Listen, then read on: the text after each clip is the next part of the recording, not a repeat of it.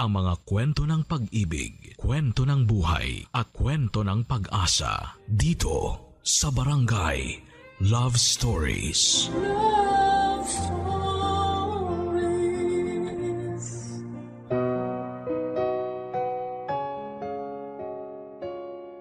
Wala nang mas hihigit pa sa puso ng isang ina, kundi ang kapakanan ng kanyang minamahal. Dahil ang pinagmumula ng kanyang tapang at dangal sa bawat araw na dumaraan ay walang iba kundi ang kanyang mga anak. Ikaw kabarangay, masasabi mo bang isa kang mabuting ina? Matagal nang magkaibigan sina Glenda at ang letter sender nating si Sharon. Maraming pagsubok na ang kanilang pinagdaanan at pareho nila itong nalampasan.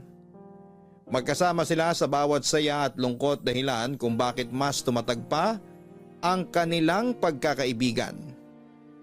Pero dahil sa isang hindi inaasahang pagsubok, malalagay sa alanganin ang ilang taong kanilang pinagsamahan. Paano kaya nila malalampasan ang problemang dumating sa kanilang buhay? Yan ang malalaman natin dito lamang sa mga kwento ng pag-ibig, buhay at pag-asa sa nangungunang Barangay Love Stories. Dear Papa Dudut, para sa mga kababaihan, ang pagiging ina ay isang malalim, makapangyarihan at masayang karanasan. Pero hindi lahat ng babae ay nabibigyan ng pagkakataong maging isang ina. Marami dyan ang hirap magkaanak at makabuo ng bata. Isang bagay na nakaka-relate ako dahil pinagdaanan ko rin ito. Ako nga po pala si Sharon, 61 years old.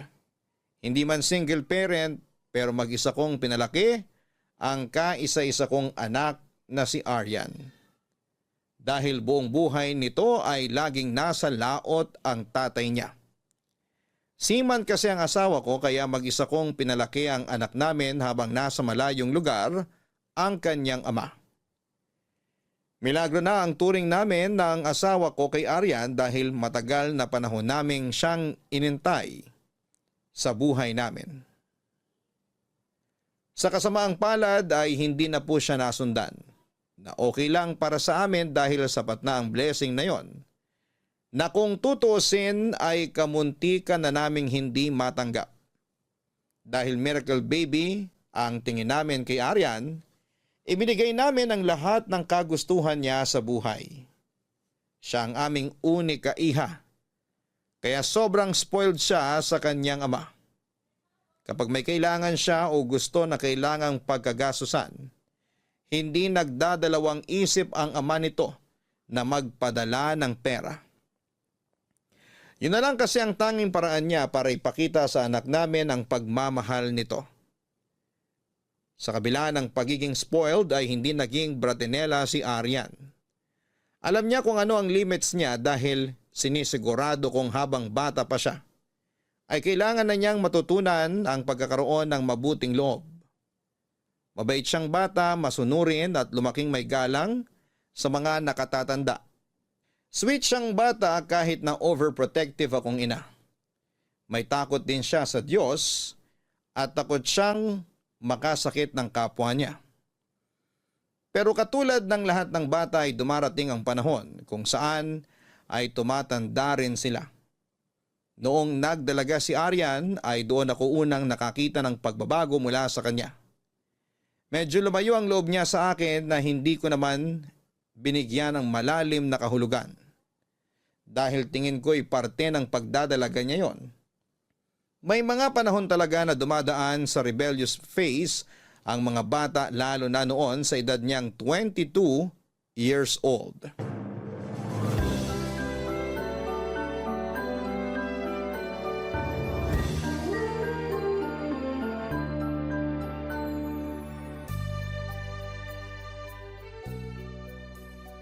Mare, may tanong ako. Ano yun? Since ikaw yung mas maraming anak, Grabe ka naman sa maraming anak, Mare. 3 lang naman yung anak ko. hindi, kumpara sa akin, mas maraming anak mo, di ba? Okay, may point ka naman doon.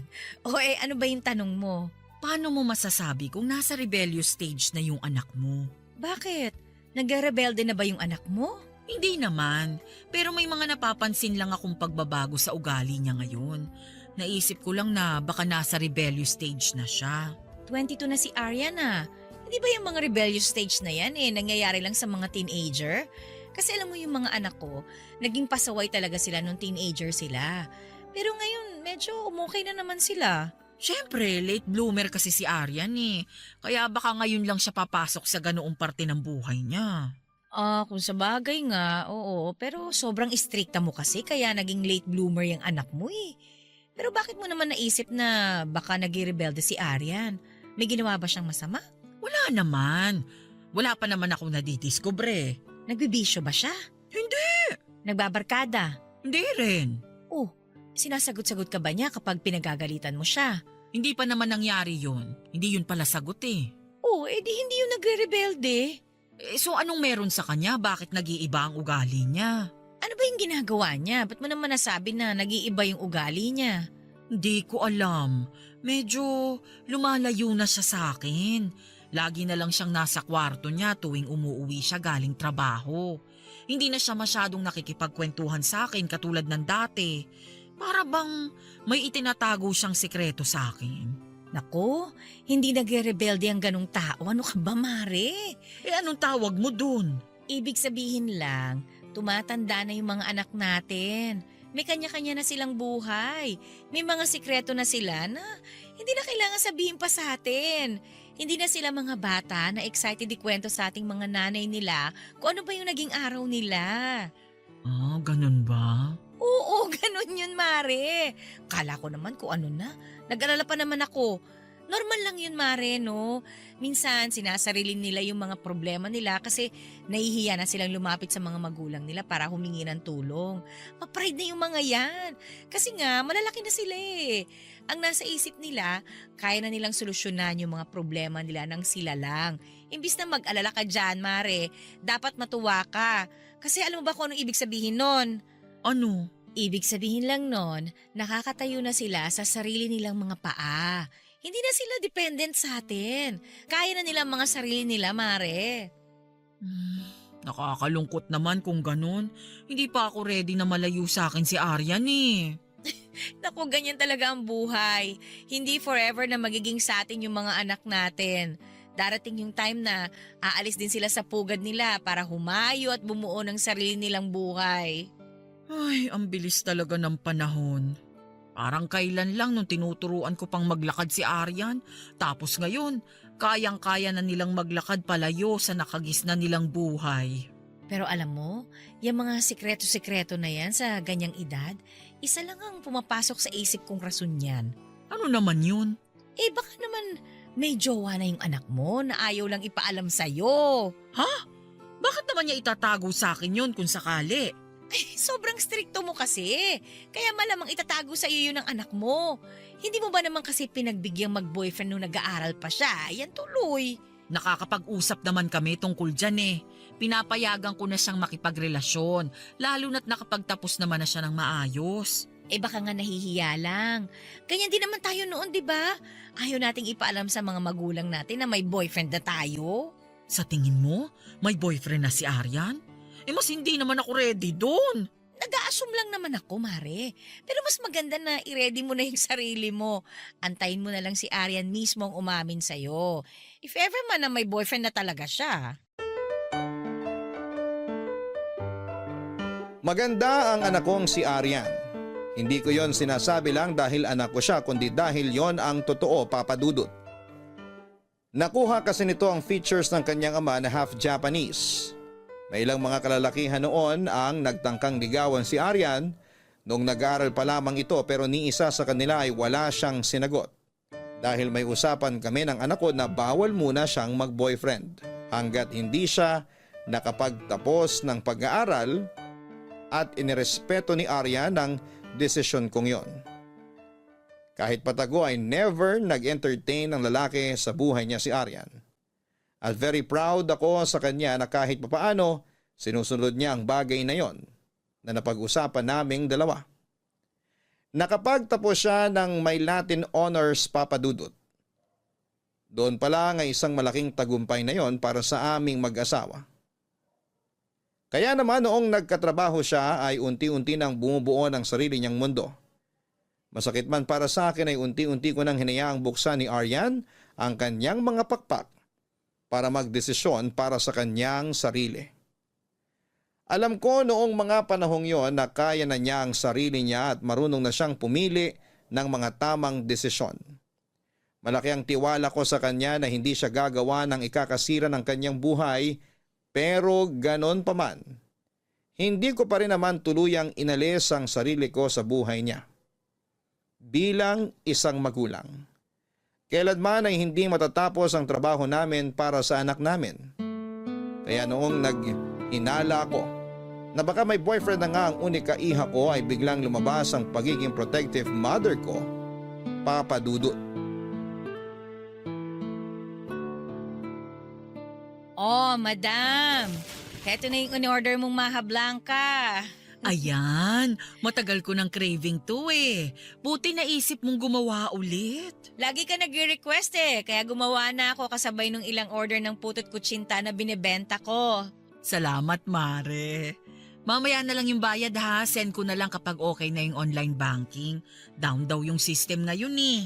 Okay lang. Mag-isa ka na naman dito sa bahay nyo? As usual. O nasan si Aryan? Nasa trabaho. Wala, off niya ngayon.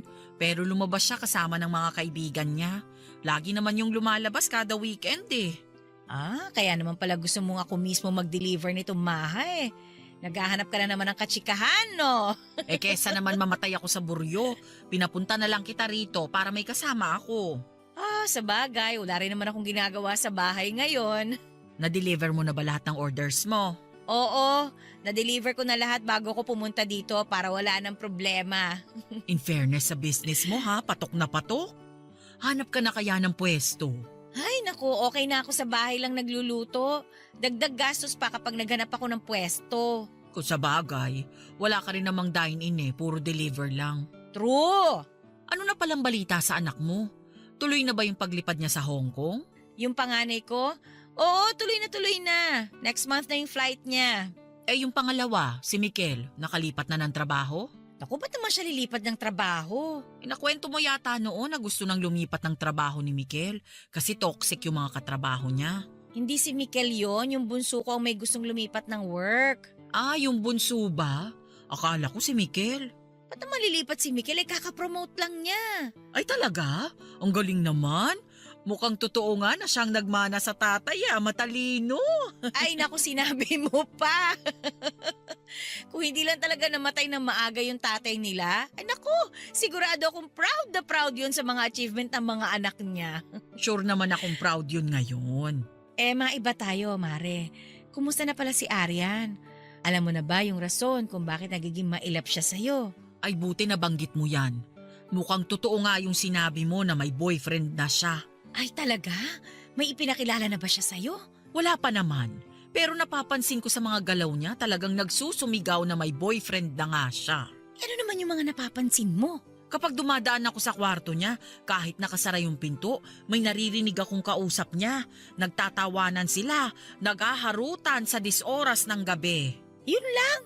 Paano naman kung kaibigan lang pala niya yung kausap niya sa cellphone? Ay meron pa, nahuli ko rin siya na may naghatid sa kanya sa bahay. Pero hindi ko nakita yung itsura ng lalaki kasi hindi na siya lumabas ng sasakyan. Baka naman katrabaho lang niya yun. O heto, ngumingiti siya ng mag-isa habang naguhugas ng pinggan. Dalawa lang ang rason niyan kung bakit siya ngumingiti mag-isa. Either may nagpapakilig na sa kanya o nababaliw na yung anak mo. O baka naman baliw na sa taong nagpapakilig sa kanya. Correct! So ano naman ang mararamdaman mo kung sakaling ang may boyfriend na yang si Aryan? Masaya naman ako.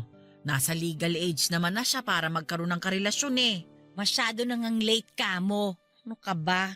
Basta sana, ang hiling ko sa kanya, mapunta siya sa maayos na lalaki. Matalino naman yan si Aryan eh. Sure ako marunong yung pumili ng jojowain.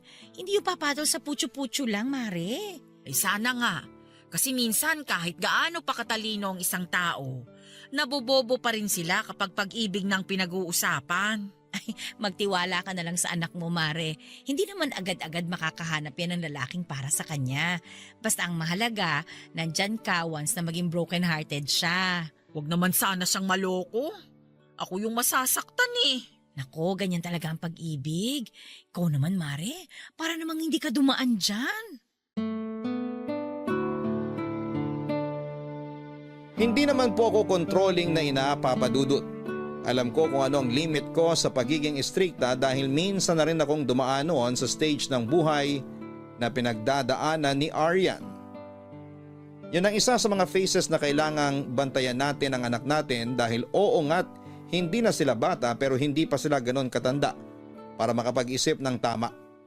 May mga pagkakataon na mas nauuna ang emosyon nila kesa sa paggamit ng utak at ayoko namang mapunta sa maling direksyon ng anak ko. Ang nais ko lang noong mga panahong yon ay gabayan si Aryan sa unang salang nito sa pag-ibig para sa ganon. Kapag nagkaproblema ang anak ko ay mabilis ko siyang matutulungan. Isa sa mga bagay na nagustuhan sa akin ng anak ko ay hindi ako masyadong nakikialam sa buhay niya. Lalo na noong nagdalaga siya, Papa Dudut.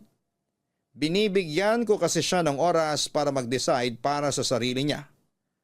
At kung ano man yon ay lagi ko siyang sinusuportahan. Pero sa mga bagay katulad ng pag-ibig, gusto ko na kahit papaano ay aware ako kung sakali mang may boyfriend na siya. Gusto ko na ako ang maging takbuhan niya pagdating sa mga advice o kapag maranasan niya ang unang heartbreak niya. Ang problema, Papa Dudut, ay never nag-open sa akin si Aryan tungkol sa love life niya. Kahit na ako na mismo ang nagtatanong sa kanya. Ang lagi nitong sagot ay wala raw siyang oras para sa pag-ibig. Hindi ako napanatag sa mga sagot na yon ng anak ko. Kilala ko siya. At alam kong may tinatago talaga si Aryan sa akin. Kaya ang ginawa ko kasama si Glenda ay inesto ko si Aryan. Alam kong medyo OA ako sa part na yon at hindi maganda. Na nanghihimasok ako sa buhay ng anak ko. Pero gusto ko lang talagang malaman ang totoo noon. Sinundan namin ni Glenda si Aryan sa isang mall kung saan ay nagpaalam siya na makikipagkita siya sa mga kaibigan niya. Pero pagdating sa mall, hindi kaibigan ang kinita niya kundi isang lalaki. Isang pamilyar na lalaki, Papa Dudut, na siyang kinagulat naming pareho ni Glenda. Papa Dudut, hindi lang ako nagulat kundi maging ang kumari kong si Glenda. Noong sa wakas ay nakita na namin ang mystery boyfriend ni Aryan. Ito'y walang iba kundi si Michael mismo na anak ni Glenda. Nagulat kami dahil hindi namin alam na close pala ang dalawa. Nang mga bata pa lamang sila ay palagi silang naglalaro sa bahay noon tuwing dumadalaw si Glenda sa amin. Pero hanggang doon lang ang naaalala naming koneksyon ng dalawa. Noong nagsimula silang mag-aral ay hindi na sila masyadong nagkikita noon dahil magkaiba sila ng eskwelahang pinasukan. Saka na lang sila nakakapagkita kapag may get-together sa bahay na malimit lang mangyari noon. Iba't ibang emosyon ang naramdaman namin noong time na yon, Papa Dudut. Siyempre masaya kami na mga anak namin ang nagkatuluyan pero mas nangibabaw ang pagtataka namin kung paano nangyari yon. Dahil maging si Glenda mismo ay walang kaalam-alam na si Aryan pala ang bagong girlfriend ng anak niya. Matapos ang revelasyon, ay saglit pa naming sinundan ng dalawa, Papa Dudut. Doon namin napatunayan na magkasintahan na talaga ang dalawa dahil makailang beses namin silang nahuling magkaakbay at magka-holding hands habang naglalakad. Kahit papaano, nakahinga ako dahil pamilyar na sa akin ang boyfriend ni Aryan. Mabait na bata si Michael, magaling din sa klase at varsity player siya noong nag-aaral pa lamang. May sarili na rin itong trabaho katulad ng anak ko Kaya pasadong-pasado na siya para sa akin. Sobrang sweet nila sa isa't isa noong time na yon. Kaya nag-decide kami ni Glenda na hayaan ng dalawa at nagkape na lamang kami ni Glenda para pag-usapan ang napag-alaman naming impormasyon tungkol sa mga anak namin.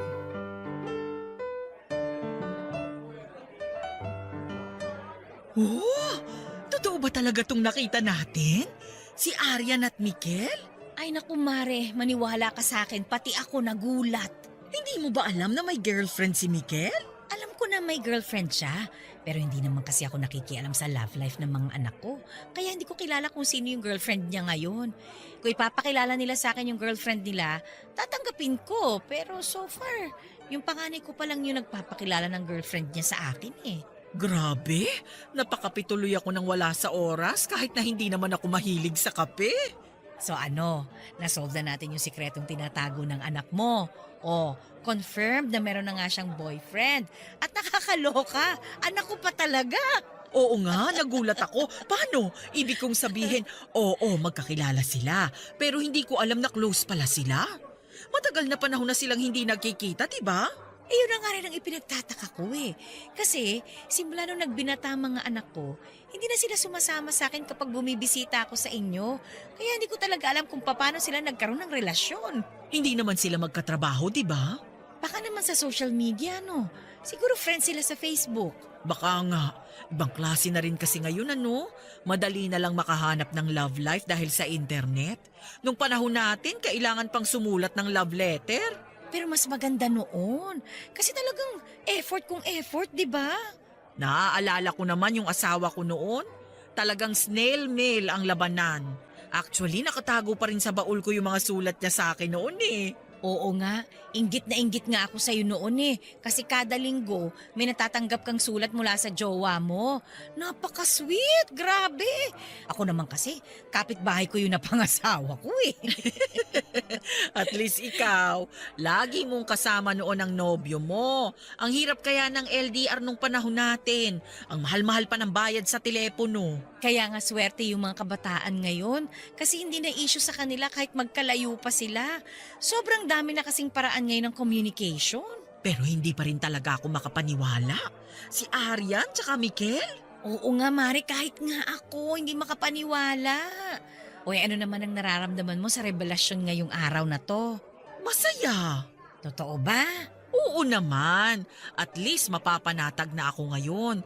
Lalo na't hindi lang kung sino-sino yung boyfriend ng anak ko. Nakahinga ako kasi si Mikel yung boyfriend niya. Alam ko naman na magandang ginawa mong pagpapalaki sa kanya kaya tiwala ako sa anak mo. Ikaw ba? Nung nalaman mong si Aryan yung girlfriend ni Mikel, anong unang pumasok sa isip mo? Nagulat din naman ako katulad mo. Tapos nagtaka rin ako kung paano nangyari yon. Kasi never kong na-imagine talaga na magkakagustuhan yung mga anak natin eh. Tapos sobrang saya. Kasi di ba napag-usapan natin noon na what if yung mga anak na lang natin na magkatuluyan? Oo nga, nagdilang anghel ka dun. Eh di na lang tayo mag-best friend yan, kundi magbalain na rin tayo. Correct! Talagang meant to be talaga ang buhay nating dalawa. Isipin mo ha, pati anak natin nagkaroon ng koneksyon. Kaya nga eh. At least, hindi na ako mamomroblema sa magiging balai ko. Ang hirap kayo makahanap ng maayos na balai sa panahon ngayon. Masaya ako na ikaw ang magiging mother-in-law ni Mikel kung sakali. Masaya rin ako kung yun man ang mangyari. Sana nga magtagal sila, no? Basta suportahan na lang natin sila. Yan na ngayon ang role natin sa buhay ng mga anak natin. Ang gabayan sila sa tamang direksyon. Ay, ang saya-saya ko talaga, Mare. Ang swerte ni Mikel kay Aryan. Maganda na, matalino pa. Asset din naman yung anak mo eh. Kasi bukod sa may itsura, masipag pa. Ay, alam mo, i-take out na natin tong iniinom natin, ha? At ituloy natin ang ating tsikahan sa bahay ninyo. Mahirap na. Baka mabuko pa tayo ng mga anak natin na sinusundan natin sila. Ay naku, mabuti pa nga. Matagal na kaming magkaibigan ni Glenda, mga dalaga pa kami noon, ay sanggang dikit na kami. Daig pa namin ang magkapatid sa sobrang close namin sa isa't isa. Lahat ng problema bilang magkaibigan ay pinagdaanan na namin. Wala nang makakasira pa sa pagsasama naming dalawa, Papa Dudut. Nagtagpo ang landas naming dalawa ni Glenda noong naging mag-seatmate kami noong high school. Nagsimula ang lahat sa simpleng paghiram ng ballpen hanggang sa naghirama na kami ng notes. Hanggang sa sabay na kaming gumagawa ng assignments noon. Kami ang magkasabay na kumain sa kantin kapag recess at sabay din kaming naghihintay ng mga sundo namin noong araw. Pagsapit ng college ay parehong kurso ang kinuha namin at pagka-graduate ay sa parehong kumpanya rin kami nagtrabaho. Parang ang soul friend na kami dahil simulat sa pool ay hindi na nagkahiwalay ang landas naming dalawa. Kasama namin ang isa't isa sa mga heartbreak na pinagdaanan namin. Kami ang naging bantay ng bawat isa sa paghahanap ng tunay na pag-ibig. Hanggang sa nakabuo kami ng sari-sarili naming pamilya. Hindi nawawala si Glenda sa tabi at ganoon din ako sa kanya. Magkasunod nga lang din kami noong kinasal. Ang nakakatuwa pati mga asawa namin noon ay naging magkaibigan na rin. Mas naunang nagkaroon ng anak si Glenda, Papa Dudut, samantalang ako ay hirap namang magbuntis noon dahil meron akong hormonal imbalance. Hindi pa nakatulong na palaging wala ang asawa ko noon dahil sa barko siya nagtatrabaho. Konti lang ang time naming dalawa na magkasama at bawat pag-uwi nito sa Pilipinas, tinatry naming makabuo. Sa kasamaang palad ay palagi kaming nabibigo. Ganon pa man ay si Glenda ang naging sandigan ko ng mga panahong hirap akong magbuntis. Akala ko noon, wala na akong chance na maging isang ina pero hindi nawala ng pag-asa si Glenda. Siyang nag-push sa akin na sumubok pa rin kahit malapit na akong mag-give up noong mga bata pa lamang kami.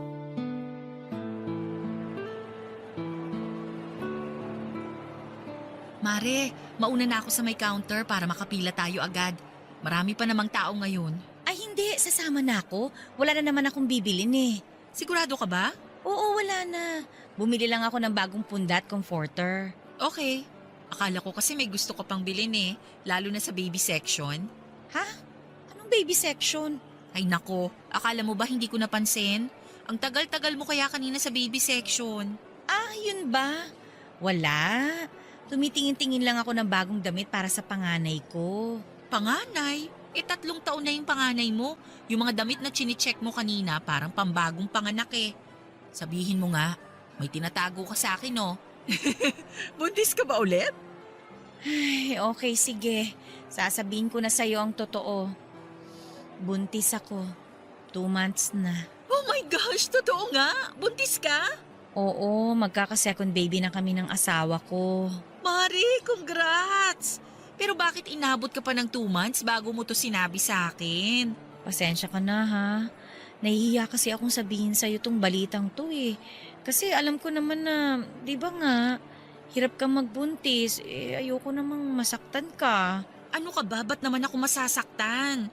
Oo, totoo na matagal na kaming nagtatry ng asawa ko na magkaanak. Di kami makabuo-buo. Pero hindi naman ibig sabihin nun, kailangan mo nang itago sa akin yung totoo. Hindi naman ako ganun kababaw para masaktan, no? Pero oo, aaminin ko, medyo may kaunting inggit ako kasi heto ka, magkakaroon na ng pangalawang anak, tapos ako parang malabo nang mangyari yun. Actually, nung nalaman kong buntis ako, yun talaga yung unang pumasok sa isip ko. Kung paano ko ba to sasabihin sa'yo? Kasi alam ko naman na may pinagdadaanan kayo ng asawa mo eh. Baka maging insensitive ang dating ko. Hindi ko naman itatanggi. Minsan masakit makarinig ng mga ganyang balita. May konting kirot sa puso. Pero hindi ibig sabihin no na hindi ako masaya para sa'yo. Sobrang saya ko kaya para sa inyong mag-asawa. Di ka insensitive sa part na yon. At saka mas lalo akong magtatampo sa'yo kung itatago mo sa akin to tapos saka ko lang malalaman kapag nanganak ka na. Salamat Mare ha, naiiyak tuloy ako. Ang lakas mo! Kung ako nasa sitwasyon mo, hindi ko alam kung paano ko dadalhin yung emosyon ko. Kasi kung ako yan ako, hindi ko na rin alam kung anong gagawin ko. Lalo na't pareho nating pangarap na sabay manganak. Hindi ko rin alam kung paano ko kinakaya eh. Pero ang tanging pinanghahawakan ko lang ay yung pananampalataya ko sa Diyos. Lagi kong sinasabi sa sarili ko, hindi pa man ngayon, pero darating din. Tiwala lang talaga. Maraming beses ko nang gustong sumuko pero sa bawat dasal ko, nakakaramdam ako ng kapayapaan. Tama yan, tiwala lang talaga. May tamang panahon ng lahat. Kung kailan handa ka na, ibibigay talaga niya. At habang hinihintay mo yun, hindi ka nag-iisa. Nandito lang ako. Salamat. Baka gusto mong bumalik sa baby section, sasamahan kitang mamili. Hindi mo na kailangang magtago, no? Sure ka ba? Oo naman. Kung kanina mo pa sinabi sa akin yung totoo, di nakabili ka na ng gusto mong bilhin. Halika na. Naku, thank you. Plano ko pa naman sanang bumalik na lang sa susunod. Anong akala mo maitatago mo to sa akin? Hindi, no? Kanina pa kaya kita sinusubaybayan. Hindi ka mapakali. Kaya nga sinabi ko maghiwalay na lang muna tayo habang namimili. Tapos nung hinanap kita, nakita kita sa baby section. Doon pa lang nagtaka na ako. Hayaan mo, ililibre kita mamaya.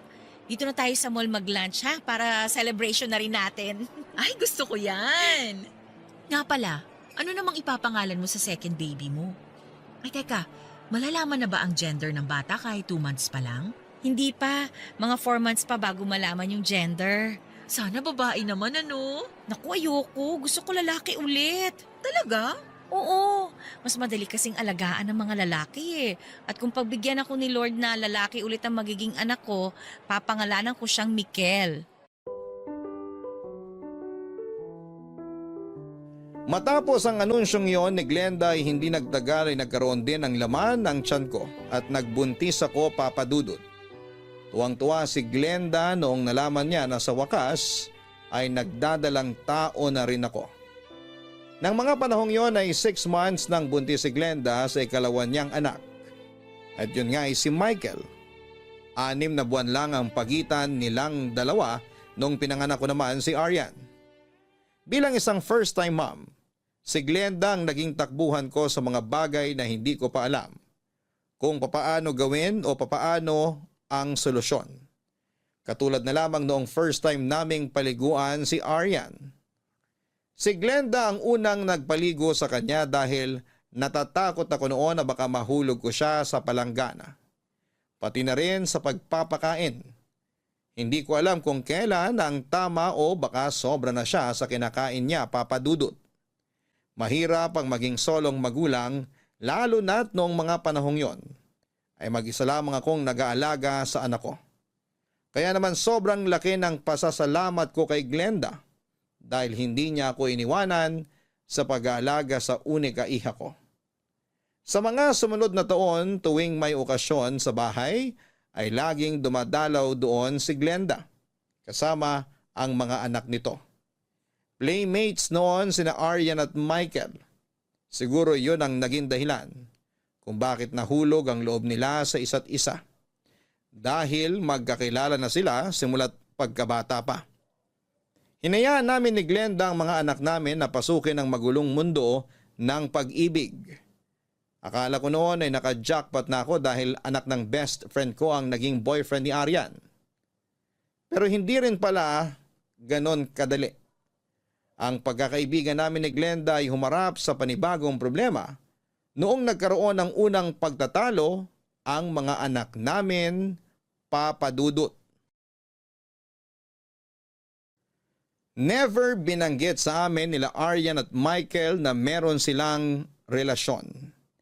Naintindihan naman namin yun ni Glenda dahil ganon din naman kami noong kabataan namin. Ayaw namin o nahihiya kaming ipaalam sa mga magulang namin noon na may boyfriend na kami kaya gets ko kung ayaw mang ipaalam sa amin ng dalawa ang relasyon nila. Hinayaan lang namin ni Glenda na sila na mismo ang mag-share nito para hindi nangihimasok ang labas namin. Hindi nagtagal ay umamin din ang dalawa sa amin. Unang ipinakilala ni Michael si Aryan kay Glenda bilang girlfriend nito. Ilang araw naman nang lumipas ay si Michael naman ang nagpunta sa bahay para ipakilala ang sarili niya sa akin bilang boyfriend ni Arian. Bilang mag-best friend, excited kaming dalawa ni Glenda kung hanggang saan naabot ang relasyon ng mga anak namin. Excited na nga kami noong maging magbalae kung sakali mang mauwi ang relasyon nila sa kasalan. Medyo advance man kaming mag-isip pero dalangin namin noon na sana'y sila na ang magkatuluyan hanggang sa huli, Papa Dudut. Akala ko noon, nasa mabuting kamay na si Arian. Perfect combination kasi ang dalawa. Pareho silang maganda at gwapo. Pareho silang mayroong maayos na educational background. At pareho silang professional. Ngunit katulad ng mga ibang relasyon, hindi na mawawala ang pagtatalo at hindi exception doon ng mga anak namin. Nagkaroon noon ng matinding away sina Arian at Michael na agad naming napansin ni Glenda. Siyempre bilang nanay, concerned kami sa kanya-kanya naming anak. Pero kahit gaano kalala ang pinagawayan nilang dalawa, ayaw magsalita ni Arian at Michael. Napilitan tuloy kaming kumprontahin ang kanya-kanya naming mga anak. Doon na lamang nag-open up sa akin si Arian sa kung ano ang nangyari at bakit nagkaroon ng away ang magkasintahan.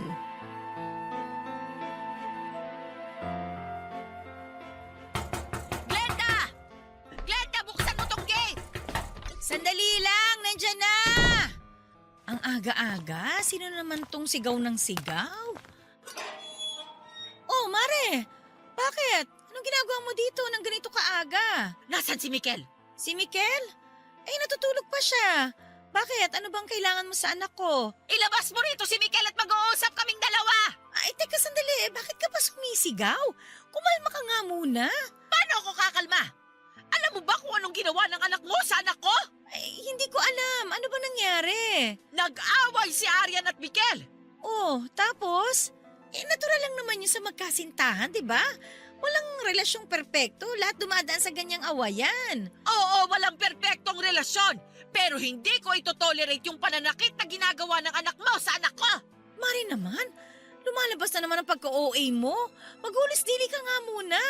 Ano ba pananakit ang sinasabi mo dyan? May pasa sa braso si Arian. Ayaw man aminin ng anak ko na si Mikel ang may gawa nun. Alam kong anak mo ang nagbigay ng pasa sa kanya. Teka lang ha. Tama ba tong naririnig ko, Mare? Pinaparatangan mo yung anak ko na nananakit ng babae? Itanong mo kay Mikel para magkaalaman na. Pinayagan ko silang mag-out of town kasama ang mga kaibigan nila.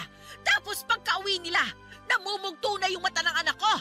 Tas malalaman ko ngayon na yung anak mo, mahimbing nang natutulog na parang walang nangyari. Samantalang yung anak ko, puno ng pasa yung katawan. Tinanong mo ba si Arian kung ano nangyari? Baka naman tumama yung braso niya sa kung ano kaya nagkapasa. Glenda, gamitin mo naman yung common sense mo. Maghahanap ka pa ng rason, eh nag-awa yung dalawa. Sinaktan ni Mikel si Arian kaya siya may pasa ngayon. Eh hindi ko gusto yung lumalabas dyan sa bunganga mo, Mare ha? Pinalaki ko na maayos yung anak ko. Alam kong hindi sila mananakit ng ibang tao, lalo na't babae. Ano hindi? Eh nagawa na nga niya. Pwede ba? Ilabas mo rito si Mikel para siya mismo ang makausap ko. Sa tabas mo namang yan, tingin mo, hahayaan ko yung anak kong humarap sa'yo? Wag na, no? Ako ang kausapin mo kung gusto mo. Tsaka, mahaba-haba yung dinrive ng anak ko mula sa pinanggalingan nila. Kaya hayaan ko siya magpahinga hanggat kailan niya gusto. Kung gusto mong makausap si Mikel, bumalik ka na lang rito pag kalmado ka na. Hindi na mangyayari yon. Dahil hindi ko napapayagan si Arian na makipagkita sa anak mo. Teka lang nga, Sharon. Hindi ba napag-usapan na natin kung hanggang kailan tayo makikialam sa relasyon ng mga anak natin? Eh sa ginagawa mong ito, masyado ka na nang hihimasok eh. Hindi mo pwedeng pagbawalan yung dalawa na magkita. Alam ko kung anong mas makakabuti sa anak ko. Hindi ko pinalaki si Arian para saktan lang ng ibang tao. Hindi ko hayaang maulit-ulit yung nangyari sa kanya, kaya mas mabuti pang wag na silang magkita. Huwag ka naman magpadalos-dalos sa mga desisyon mo. Matatanda na yung mga anak natin. Marunong na sila magdesisyon para sa mga sarili nila. Hayaan mong sila mismo ang umayos nito, hindi tayo. Yan! Yan yung problema sa'yo eh. Hinahayaan mo lang kasi yung mga anak mo porket matatanda na sila. Pwes, ibahin mo ko. Hindi ako ganon. Magkaiba tayo ng pagpapalaki ng anak. Hindi kita pinakikialaman sa style mo. Kaya wag mo rin akong pakialaman. Ang akin lang naman, isipin din natin yung boundary natin bilang ina. Kung nagkasakitan sila, hindi ko rin yun ito-tolerate. Hayaan mo't kakausapin ko si Mikel para malaman ko kung ano ba yung totoong nangyari. Pero hanggat hindi ko alam yung totoong kwento, hindi ako magbibigay ng judgment doon sa dalawa. Ganun din sana ang gawin mo. Palibhasa, hindi mo anak yung agrabyado dito eh. Kaya nasasabi mo yung mga ganyang bagay. Alam mo, umuwi ka na muna. Hindi tayo makakapag-usap ng maayos kung ganitong nilalamon ka ng galit mo. Kakausapin ko si Mikel.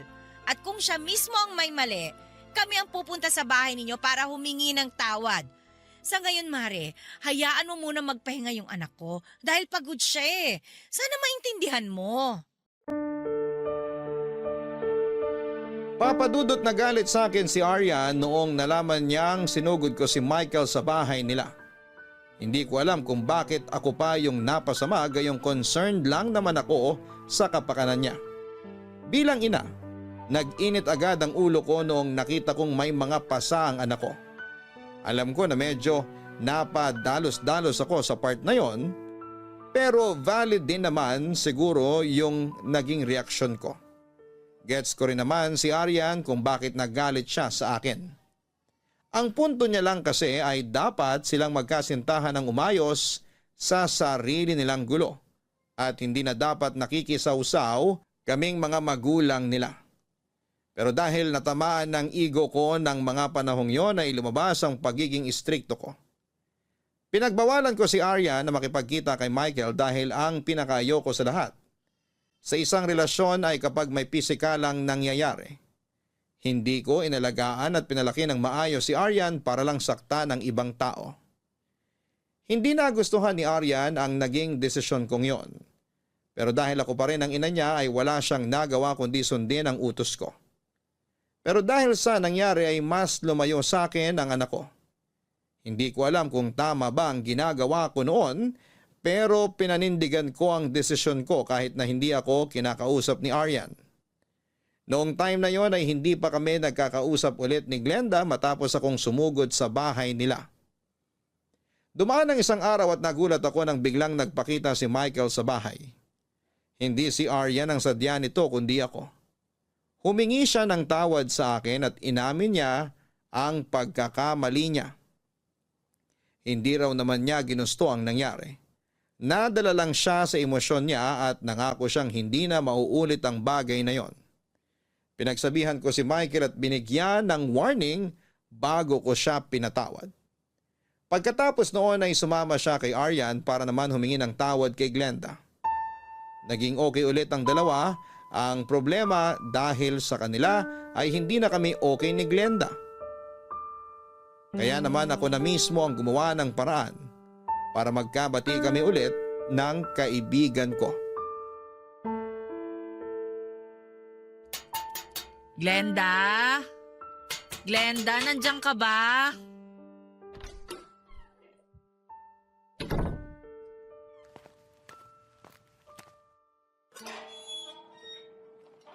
Oh, Sharon, anong sadya mo? Mare, pwede ba kitang makausap? Magwawala ka na naman ba rito? Kasi kung yun ulit ang gagawin mo, wala akong oras para makipag-away ngayon. Pagod ako. Hindi.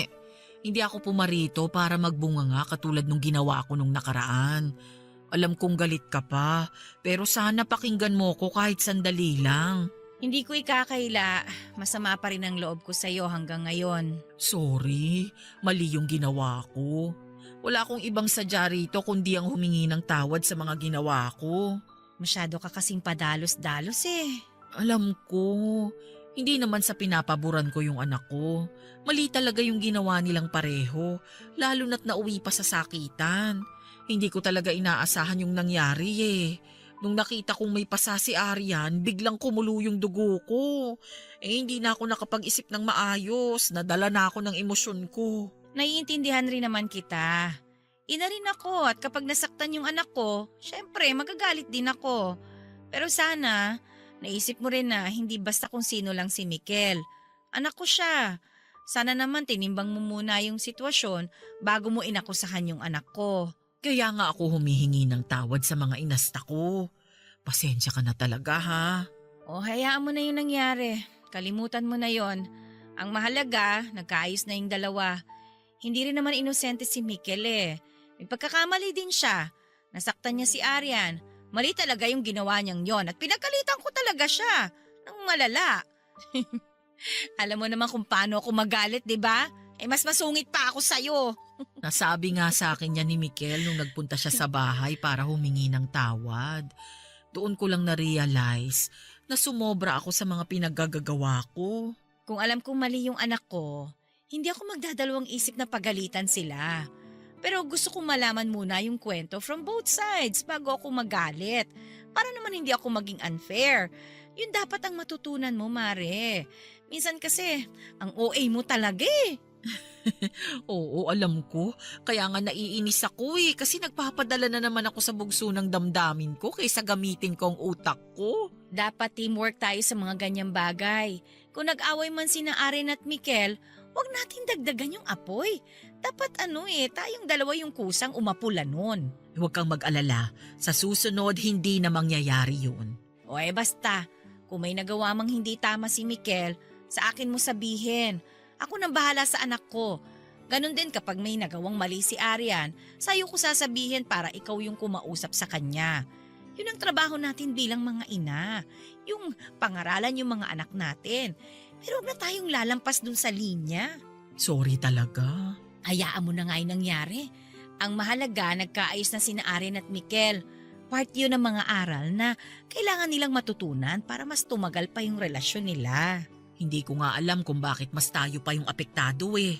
Tingnan mo yung dalawa, parang lovebirds na ulit. Tapos tayo tuloy yung magkaaway. Kaya nga iba na talaga mga kabataan ngayon.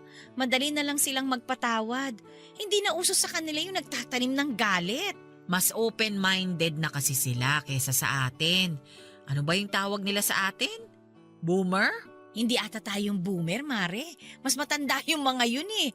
Generation X ata tayo. Yun yata ang tawag sa atin. Basta kung ano pa yan. Magkaiba na talaga yung henerasyon natin sa henerasyon nila. Tama yung sinabi mo. Gabay lang talaga ang maibibigay natin sa mga bata. Oo, mas maganda yung hayaan nating sila mismo ang umayos sa mga problema nila para hindi sila maging dependent sa atin. Tsaka na lang siguro tayo papasok kapag sumosobra na sila sa mga ginagawa nila. Tama. So ano? Friends na tayo ulit? Sira, bakit? In-unfriend ba kita? Parang di naman tayo dumaan sa tampuhang ganon. Mas malala pa nga yung away natin noon di ba? Hindi sa ganung bagay masisira ang friendship natin. Kaya syempre, friends pa rin tayo. Salamat. Ay, halika na. Pumasok ka muna at marami pa tayong pagchichismisan. Pagkatapos ng lahat ng nangyari ay naging smooth na ang takbo ng mga kaganapan sa buhay namin. Mas naging open na si Arian at Michael sa relasyon nila at sa pamamagitan nito ay nagabayan namin sila ng mas maayos ni Glenda. Kapag nagkakaroon sila ng pagtatalo, kami ang lagi nilang takbuhan at masaya kami ni Glenda na nakakatulong kami sa relasyon ng mga anak namin. Ang pagsasama nila Arian at Michael ay tumagal ng 7 taon. Hindi naging madali ang pagsasama nilang dalawa. Marami silang problemang pinagdaanan. Marami silang pagsubok na hinarap. Pero sa huli mas nanaig ang pagmamahalan nila para sa isa't isa. Ang pagsasama nilang yon ay nauwi sa kasalan na siyang kinatuwa namin ni Glenda. Bilang ito ay first wedding sa pamilya nila Michael at only wedding naman na mararanasan namin ay pinaghandaan ng 2 pamilya ang kasal. Aakuhin dapat ni Glenda ang gastos sa kasal. Pero nagpumilit ang asawa ko na tumulong sa gastos dahil yon na lang daw ang tanging maibibigay nilang regalo sa anak namin kapalit ng kawalan niya sa buhay nito. Engrande ang kasal na nangyari, Papa Dudut. Umabot pa nga ng 2 page ang listahan ng mga ninong at ninang sa invitation ng dalawa. Halos humagulhol ako noon sa kakaiyak habang inihahatid namin ng asawa ko si Arian sa altar. Masaya ako para sa anak ko pero hindi ko rin maiwasang malungkot. Dahil noong moment na yon ay narealize ko na mawawalay na sa akin ang kaisa-isa kong anak. Bubuo na siya ng sarili niyang pamilya at ang pinakamahirap tanggapin sa lahat ay mawawala na siya sa poder ko. Matapos ang kasal nila ni Michael, ay niregaluhan sila ng mister ko ng 5-day trip sa Cebu bilang honeymoon nila. Sobrang excited ang dalawa samantalang ako ay halos maluha habang inihahatid namin sila sa airport. Para bang napaka-metaphorical ang eksenang yon dahil parang ipinapakita nito na oras na para tuluyan ko nang pakawala ng anak ko para makabuo siya ng sarili niyang buhay. Pagkatapos noon ay sinulit ko naman ang mga nalalabing bakasyon ng asawa ko bago siya bumalik sa barko. Tinapos na lang niya noon ang kontrata niya bago mag-resign. Naisip ng asawa ko na nagawa na niya ang trabaho niya bilang magulang. Kaya oras na rin para tumigil siya sa trabaho niya at magtayo na lamang ng negosyo na pagkakabalahan naming dalawa. Papadudot na sa labas kami ng asawa ko nang bigla akong nakatanggap ng tawag mula sa cellphone ng anak ko. Pangatlong araw pa lamang nila sa Cebu noon. Akala ko ay mag-update lamang siya sa akin pero nagulat ako. Nung ibang tao ang nasa kabilang linya. Nagpakilala siya bilang isang nurse sa isang ospital. Ibinalita niya sa akin na nasa ospital daw si Arian matapos silang maaksidente ni Michael. Biglang lumubog ang puso ko sa balitang natanggap ko. Nanlambot ang tuhod ko at muntik na akong mapaupo sa sahig. Agad-agad kong tinawagan si Glenda para ipaalam sa kanya ang balitang natanggap ko.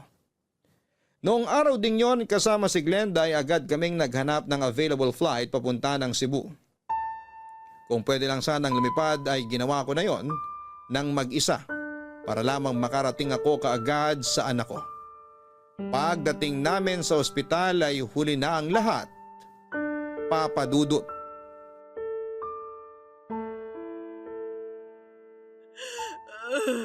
Mare, etong tubig, uminom ka muna.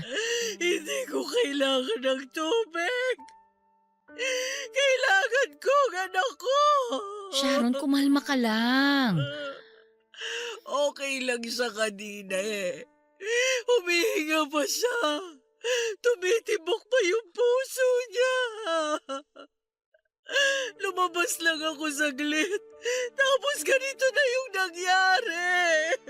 Nakausap ko yung doktor niya. Kagabi pa raw siya walang malay at walang pakiramdam.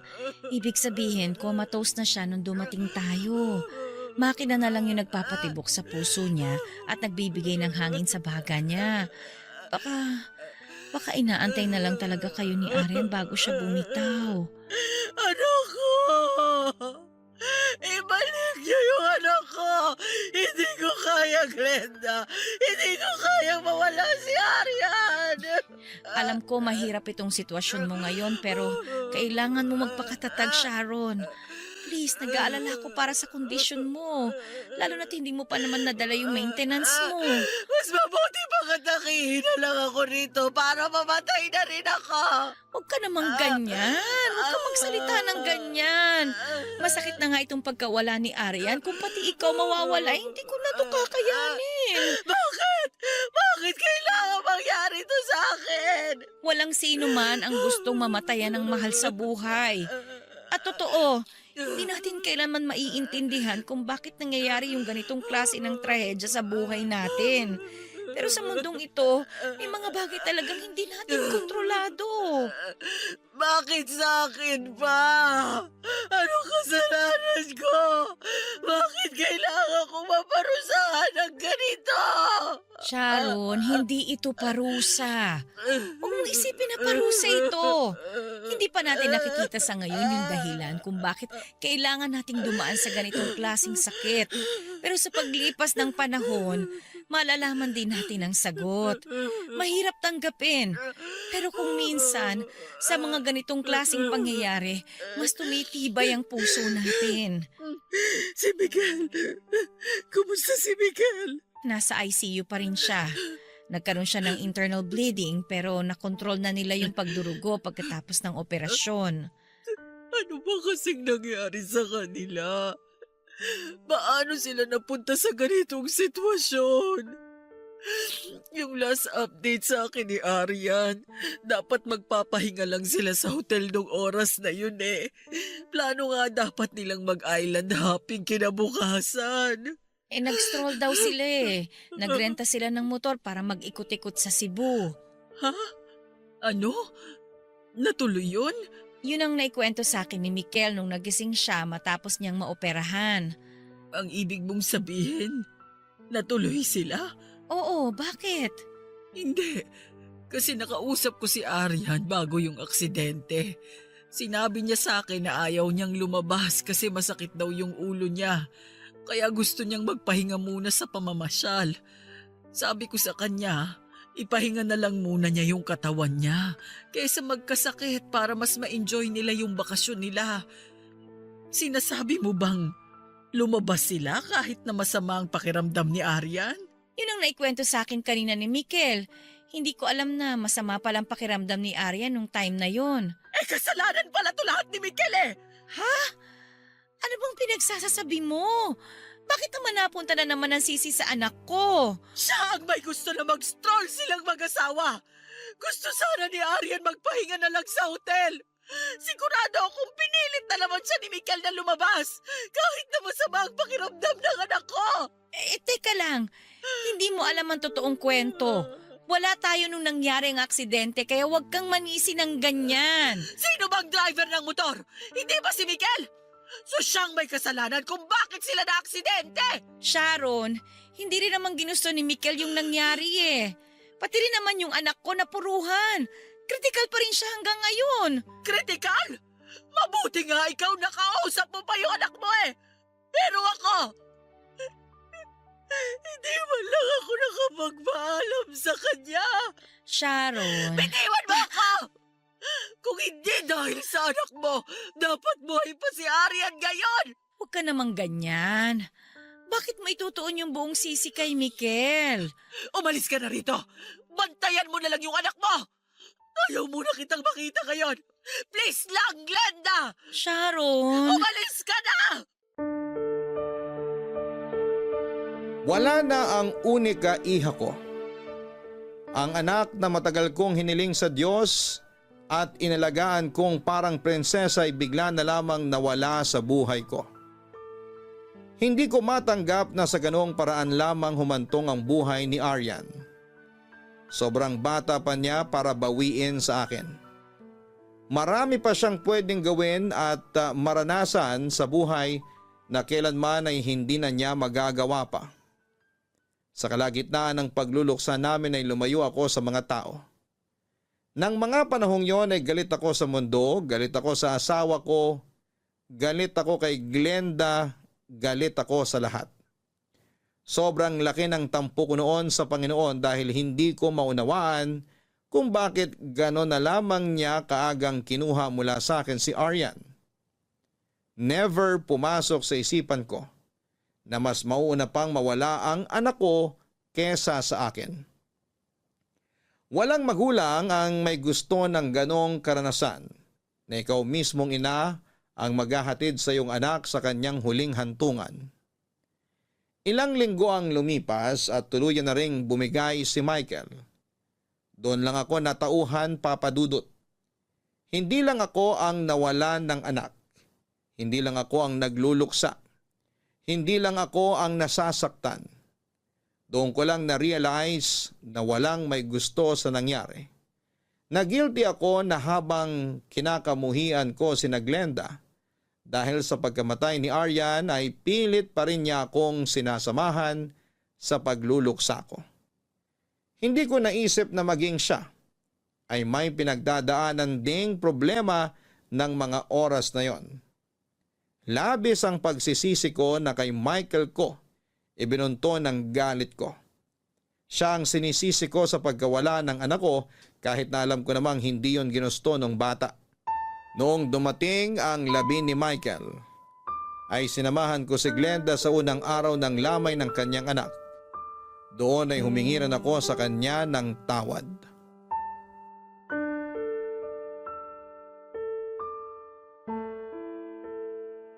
Glenda, Sharon, wala na si Mikel. Wala na ang anak ko. nakikiramay ako. Nagkaroon ng infection yung sugat niya. Tapos yung infection, napunta sa dugo niya kaya nagka-septic shock siya. Diyos ko, ano na bang nangyayari sa atin? Bakit sabay pa tayong nawala ng anak? Akala ko magiging okay na ang lahat eh. Nagpaplano na nga kami kung anong gagawin namin pagkabalik namin dito sa Maynila. Ready na ang lahat eh. Glenda, pasensya na kung hindi kita nasamahan ng mga panahon na yun. Naiintindihan ko naman. Nagluluksa ka sa pagkawala ng anak mo. Kaya wag mo nang isipin yun. Ang mahalaga, nandito ka na ngayon kasi kailangan ko talaga ng karamay. Sorry kung sinisi ko si Mikel sa nangyaring aksidente. Sorry kung iniwan kita kung kailan mas kailangan mo ng kaibigang nadamay sa'yo. Sorry talaga. Wala kang kailangang ihingi ng tawad. Natural lang para sa taong nagluluksa na maghanap ng masisisi. Ang masakit lang sa akin yung isipin na totoo yung punto mo. What if nagpahinga na lang sila nung araw na yon? Paano kung hindi na lang sila lumabas? Hindi sana buhay pa sila ngayon. Wag, please. Wag mong isipin yung bagay na yan. Hindi na natin sila maibabalik pa. Kahit ano pang hiling ang gawin natin. Nakakabigla yung nangyari. Hindi natin inaasahan na mararanasan natin tong ganito kasakit na pangyayari sa buhay natin. Pero ang mahalaga, nandito tayo ngayon na nagdadamayan. Hindi mo kailangang dalhin lahat ng bigat mag-isa. Nandito lang ako, handang makinig kahit kailan mo kailangan. Sorry kung hindi ako naka-attend sa libing ni Aryan, ha? Gustuhin ko man, hindi ko maiwan-iwan si Mikel nung panahong yun. Huwag kang mag-sorry. Alam ko na mas priority mo ang kalagayan ni Mikel nung oras na yon. Mag-isa ka lang na nagbabantay sa kanya, kaya naiintindihan ko. Nakasama ko naman yung bunso mo eh. Sobrang laki ng naitulong niya sa akin kasi sinamahan niya ako sa burol at libing ni Aryan. Ang sakit. Hindi ko pa rin talaga matanggap. Parang bawat oras, naghihintay pa rin ako sa pagpasok ni Mikel sa may gate. Hinihintay ko pa rin yung tunog ng kotse niya na nagpapark bago pumasok sa loob ng bahay para ikis ako sa pisngi. Ganyan din ako kay Aryan. Bago ako magluto, nagme-message ako sa kanya kung anong gusto niyang ulam. Ngayon wala na. Wala nang nagde-decide kung anong uulamin namin. Ang hirap ano? Ang sabi nila, wala raw mas masakit pa kaysa sa mauunang mamatay ang anak. Totoo pala yun. Para kang pinupunit. Ang saklap lang isipin na hindi man lang nila na-enjoy yung pagiging mag-asawa nila. Hindi man lang nila nasimulan yung bagong buhay nila bilang isang pamilya. Minsan naiisip ko, kung pwede lang na sana ako na lang yung kinuha kaysa sa anak ko eh. Yan din ang tumatakbo sa isip ko ngayon. Sana ako na lang yung nawala. Kahit papano, alam kong hinihintay ako ng asawa ko sa kabilang buhay. Pero siguro may dahilan ng Diyos. Kahit hindi natin maintindihan ngayon, siguro mas ligtas sila na kasama siya.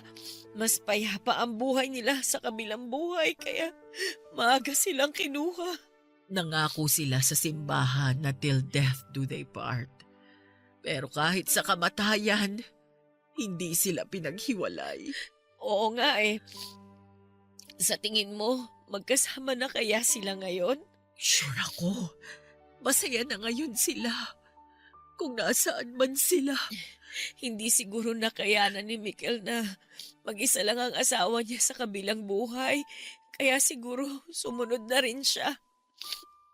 Ganon niya kamahal si Arian eh. Kahit buhay, itataya niya para sa kanya. Alam ko naman yon. Ramdam ko kung gaano nila kamahal ang isa't isa.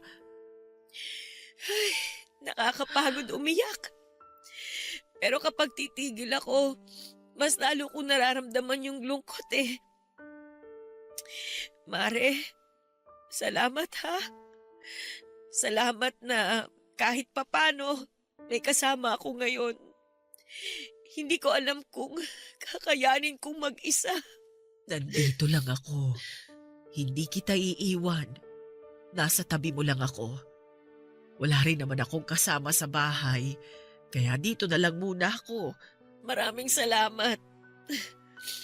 Ay, sandali. May tao yata. Baka makikiramay. Hindi, diyan ka lang. Ako nang haharap sa kanila.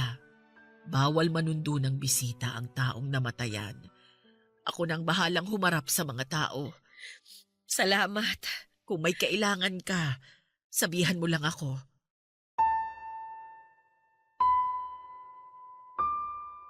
Forever nang magkakaroon ng butas sa puso ko dahil sa pagkawala ng kaisa-isa kong anak. Isang butas na kailanman ay hindi na mapupunan. Alam kong walang ina ang makakapag-move on sa ganong klase ng trahedya. Hanggang sa bawian ako ng buhay, ay araw-araw kong iisipin ang buhay na hindi na mararanasan ni Arian at Michael. At tuwing naaalala ko sila ay sobrang laki ng panghihinayang ko.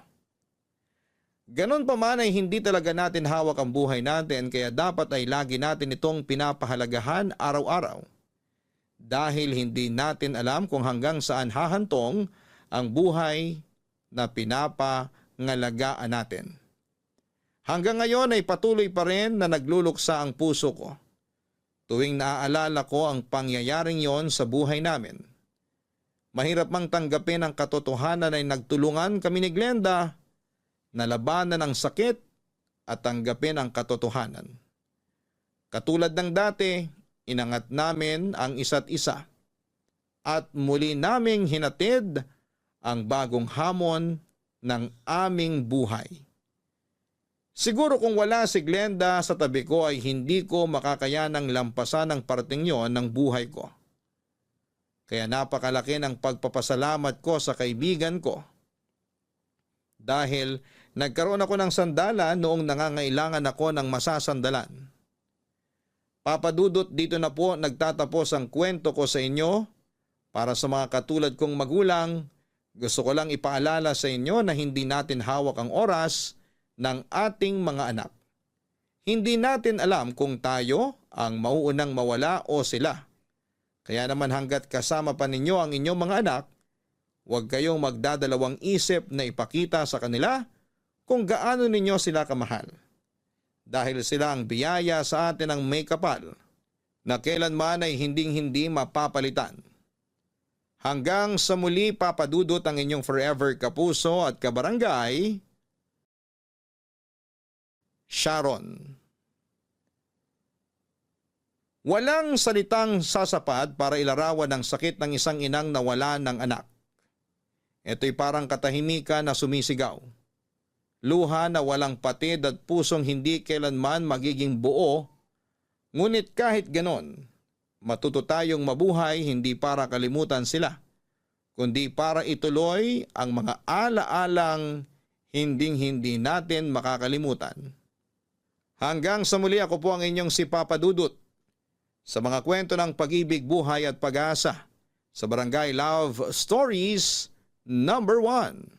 Barangay Love Stories. Barangay Love Stories. Ano ang masasabi mo sa ating Barangay Love Stories today? Aabangan namin yan sa aming comment section. Ang mga kwento ng pag-ibig, kwento ng buhay at kwento ng pag-asa dito sa Barangay Love Stories. Love Stories. Huwag sasama ang loob kung tayo man ay tinuturuan ng mga nakatatanda sa atin. Hindi dahil marami na silang nagawang tama, kundi minsan mas marami pa silang nagawang mali at yon ang ayaw na nilang pagdaanan pa natin. Ikaw kabarangay, natuturuan ka ba?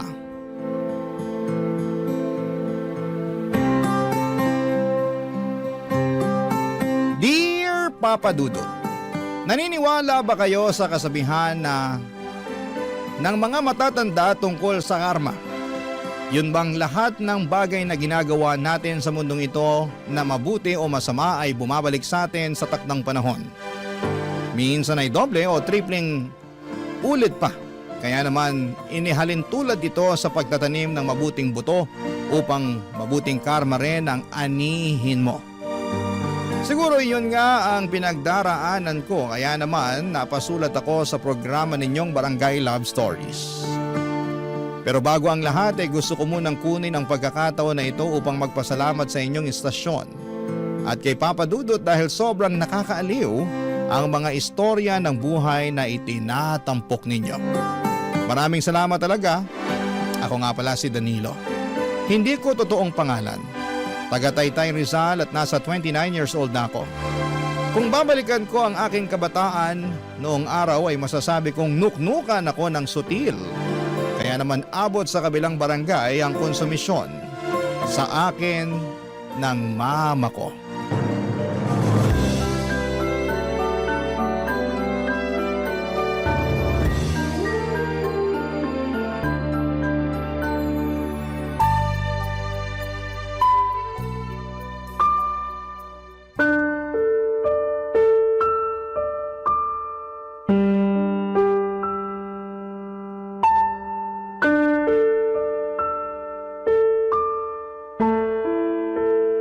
Mahabaging langit, Danilo! Ano ba namang klase to mga grado mo? Puro palakol! Duda tuloy ako kung makakapasa ka nito sa high school. Ilang beses ko po bang dapat ulit-ulitin na sabihin sa inyo na ayaw ko na nga po mag-aral? Kayo lang yung pilit ng pilit sa akin. Tapos nagre-reklamo kayo na ganyan mga grado ko. Sino hindi magre-reklamo? Ikarekla-reklamo naman talaga to. Tsaka ano na lang ang sasabihin sa'yo ng namayapa mong papa nito, nak? Siguradong kinahihiya ka na nun sa langit. Yan po yung ayaw ko sa inyo eh. Dinadami nyo palagi si Papa wala na nga yung tao. Baka imbis na nananahimik na yung kaluluwa nun sa langit, palagi pang naiistorbo at nangungonsume, kakabanggit nyo ng pangalan niya sa tuwing pinagagalitan nyo ko. Paano hindi ako magagalit? Kagalit-galit naman kasi itong pinaggagawa mo sa pag-aaral mo. Baka nakakalimutan mong hindi ka bumabata. 20 anyos ka na, di ba? Opo. Sa edad na yan, dapat nasa kolehiyo ka na pero hindi ka pa nakakapagtapos ng high school. Ay nako, paulit-ulit naman po tayo eh. Konti na lang po, maiirita na talaga ako sa inyo. Aba? Ikaw pa umiga ng mairita sa akin, ha? Kasi naman po ang kulit nyo eh. Paano ako naging makulit kung kapakanan mo lang naman yung iniisip ko? Tsaka hindi naman ako makikinabang sakali makapagtapos ka ng pag-aaral. Ikaw din naman, di ba? Baka nakakalimutan mo na mas madali makapaghanap ng trabaho yung mga kabataang may tinapos. Alam ko naman po yun. Alam mo naman pala, pero palagi mo binabaliwala yung mga pangaral ko. Hindi ko po binabaliwala. Pero nakakaturete na kasi kayo eh. Tsaka para naman kayong di makaintindi. Ilang beses ko na sinabi sa inyo na ayoko na nga mag-aral. Ang tanda-tanda ako na rin para pumasok sa eskwelahan. Siyempre nahihiya na rin ako, no? Mas mahiya ka sa akin dahil ako ang nagpapaaral sa'yo. Hindi ko naman po sinabi na pag-aralin niyo ako ah. Tsaka kung makakumpara kayo sa akin sa ibang tao, lalo dun sa mga anak ng mga kazumba nyo na nakagraduate na, akala nyo naman talaga na pakinabangan nila yung mga tinapos nila. Anong ibig mong sabihin? Yung anak ng kumare nyo, tinapos pagkapiloto pero nasan ngayon? Di ba nasa call center kasi practical daw? Grabing pagsasayang ng pera naman yun, makapagtapos lang siya ng kurso niya na kung tutuusin, mapapamura ka sa mahal tapos babagsak lang sa ganun. Tapos yung isa pang anak ng kumare nyo, IT naman ang tinapos, pero nauwi lang sa pagre-repair ng mga gadget sa palengke. O ano masama ron? Wala, pero pwede naman yun matutuhan kahit di ka nakapagkolehiyo eh. Aksaya lang sa pera na pinag-aral pa sila ng ganun, tapos dun lang sila mapupunta. Di ba para namang mas nakakahiya na sabihin may tinapos ka pero di ka sa larangang yun nagtatrabaho? Hindi nakakahiya yun. Dahil anong malay natin sa pinagdadaanan nila? Diba? Malay mo, ilang beses sila nag-a-apply ng trabaho na may kinalaman sa kurso na tinapos nila pero walang bakante o maraming kakumpetensya. Kaya nag-iba na lang sila ng pinasukan. Hindi masama yun kasi hindi naman sila nagnanakaw. Tsaka wag mo nga akong bigyan ng katwiran na mas maigi na wag na lang magtapos ng pag-aaral kasi pwede lang yon kung madiskarte ka. Para nyo na rin pong sinabi na di ako madiskarte ah. O buti alam mo, Sakit nyo naman po magsalita. totoo naman sinasabi ko ah. Napakakupad mo. Hindi ka mautusan sa bahay. Reklamador ka, kulang ka rin sa diskarte. Kaya paano ka aasenso sa buhay niyan? Yun na nga lang pag-aaral mo ang susi. Para kahit paano magkaroon ka ng alas pag naghanap ka na ng trabaho. Hey, ewan ko na lang talaga sa yung bata ka. Baka sa kangkungan ka na lang pulutin pagdating ng araw.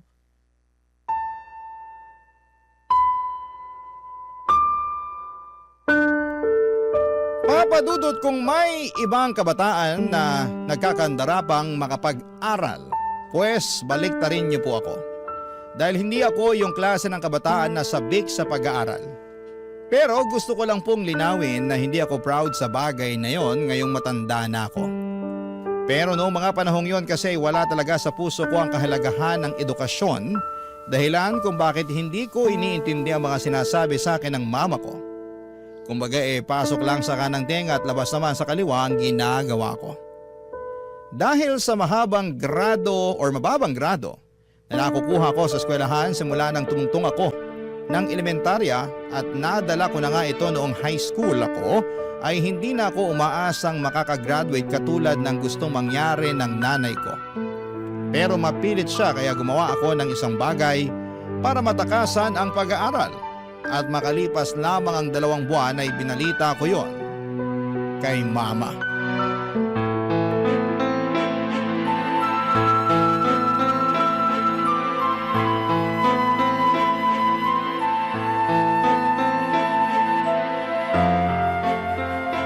Anong sinasabi mong tukmul ka? Man naman paulit-ulit na lang po ba tayo? Nasasayang laway ko kasasalita, di naman pala kayo nakikinig. Ay, ma, bakit niya po ako binatukan? Nakuha mo pa magtanong? Nakakairita ka! Ano po bang nakakairita sa sinabi ko kung yun naman po yung totoo? Hindi mo ba talaga makuha kung bakit ako nagkakaganito? Siguro nga mahina talaga ang ulo mo para hindi mo pa rin makuha yung punto ko. Grabe naman kayo, ininsulto niyo pa ako. Kakainis ka kasi! Ewan ko kung anong klaseng utak meron ka para maisip mo pang bumuntis at magkaanak. Hindi mo nga alam kung paano buhayin yung sarili mo. Paano hindi ko po alam hindi na naman po ako bata? Kaya ko na ang sarili ko at patutunayan ko yun sa inyo. Pwede ba, Danilo? Huwag mo nga ako pasikatan ng ganyan. Paano kaya mo ng sarili mo? Hanggang ngayon ako pa rin naglalaba ng mga damit mo. Patay yung mga brief mo, ako rin na naglalaba. Kailangan nyo pa po ba talagang sabihin yan? Aba, oo naman. Bakit hindi? Pwede ko naman yan ipagawa sa nanay na magiging anak namin. Total gawain ng mga babae yan. Yan! Diyan ka magaling! Yung iasa sa ibang tao, yung mga bagay na dapat ikaw na mismo ang gumagawa. Tsaka ganyan na lang ba talaga kababa ang tingin mo sa aming mga babae? Tagalaba, tagaluto, tagalinis ng bahay? Kasi kung oo ba, hindi ka na rin naiiba sa tatay mo. Manang-mana ka sa kumag na yon. Man naman kung di nyo ako kinukumpara sa ibang tao ginagaya nyo naman ako kay Papa. Baka nakakalimutan nyo na kahit anak niya ako, magkaibang tao pa rin kami. Aba, oo naman. Kasi kahit naman paano marunong mag-alaga ng mga anak niya yung tatay mo. Nabibilinan ko na yon sa inyong magkakapatid nung maliliit pa kayo. Ikaw! Kaya mo na ba mag-alaga ng bata? Magpalit ng diaper? Magtimpla ng gatas? Tingin ko kasi hindi pa Dahil mas mukhang alagain ka pa kaysa sa anak mo. Tapos ang lakas pa ng loob mo na sabihin na patutunayan mo sa akin. Bakit po ba imbis na suportahan nyo na lang ako, pinagsasalitaan nyo pa ako ng masakit? Naturingan pa naman kayong nanay ko pero masyado kayong masakit manalita.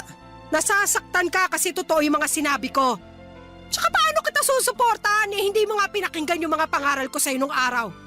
Na imbis na pag-aaral mo ang atupagin mo, mas pinili mo ang magkaanak. Apo niyo rin naman po yung magiging anak ko ah.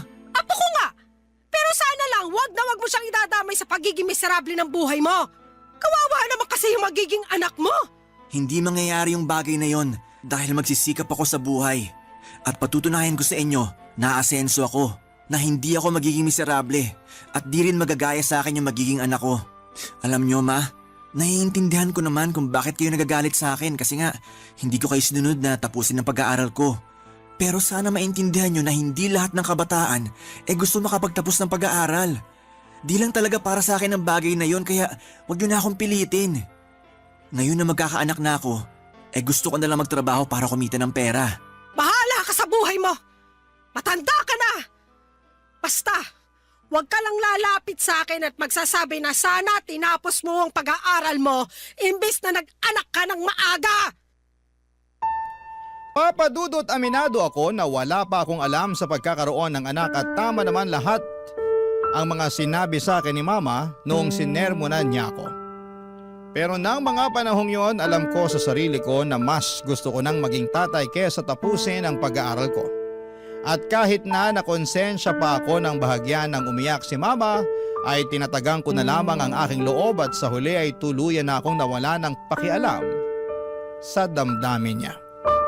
Para sa akin, matanda na ako para patuloy pa rin niyang pakialamanan sa kung ano ang desisyon na gusto kong gawin sa aking buhay. At para sa akin, Papa Dudut, ay kakayanin ko naman siguro magtrabaho upang kumita ng pera nang sa ganon ay may maipangtustos ako sa aking anak. Kaya nga kahit na hindi masaya ang nanay ko sa nangyari, ay pinangatawanan ko pa rin ang kagustuhan kong magkabibi na noong mga panahong yon, Papa Dudut. Barangay Love Stories. Barangay Love Stories. At dahil nga sa hindi ko na tinapos ang pag-aaral ko, ay hindi na rin po ako nakagraduate ng high school, Papa Dudut.